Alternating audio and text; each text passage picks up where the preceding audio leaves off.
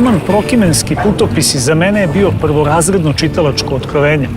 Kada sam ga dobio, počeo sam da ga čitam brzo, ali sam ubrzo shvatio da se takva knjiga ne može čitati na taj način. Jednom sam razgovarao sa bliskim rođakom Stanka Šajtinca i on je rekao, on piše na takav način da takve knjige moraju da se čitaju sa promišljanjem i dugo, nešto poput Faulknera. Ipak, po mom osjećanju stvari, ovaj roman porediv je sa Prustovim ostvarenjima, kao i sa romanom Thomasa Wolfa, Pogledaj dom svoje anđele. Po jednom osobenom, izvanrednom, originalnom pokušaju da se prikaže život čoveka u svim nijansama koje ga čine.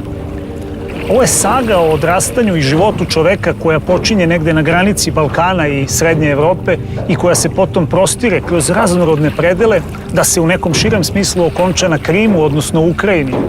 To je priča o čoveku koji počinje život u jednom malom vojvođanskom gradu, to je priča o formiranju porodice, to je priča koja sa sobom nosi jednu tešku, duboko proživljenu tragediju u kojoj se zatiče glavni junak ove pripovesti. Stanko Šajtinac pripada eminentnom rodu Šajtinaca.